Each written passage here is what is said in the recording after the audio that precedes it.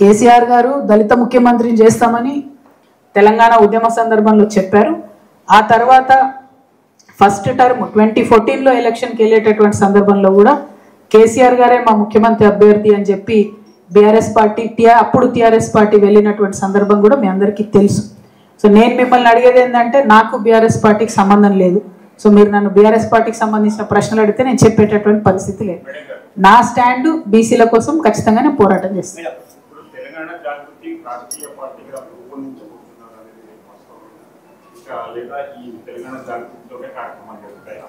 తెలంగాణ జాగృతితోనే కార్యక్రమాలు చేస్తున్నామన్నా. తెలంగాణ జాగృతి ఒక civil society organisation. మేము సివిల్ సొసైటీ ఆర్గనైజేషన్ గానే ఉద్యమంలో పనిచేస్తున్నాం, ఇప్పుడు కూడా పనిచేస్తున్నాం. మా ప్రయారిటీ ప్రజా సమస్యల పరిష్కారం, దానికోసం పోరాటం చేస్తాం. అవకాశం, అధికారం,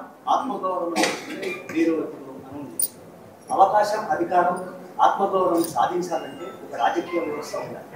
తెలంగాణ జాగృతి కవిత రాజకీయ వ్యవస్థలోకి పార్టీ ఆవిర్భవించే పనిలో ఉన్నారా?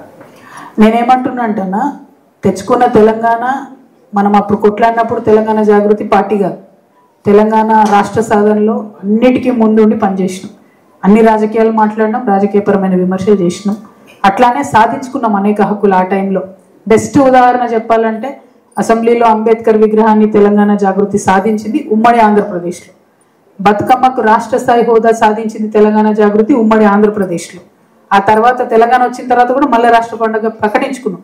కానీ అంతకుముందే సాధించుకొని జిల్లాకి 1,00,000 రూపాయలు తెప్పించుకున్నాం అప్పుడే.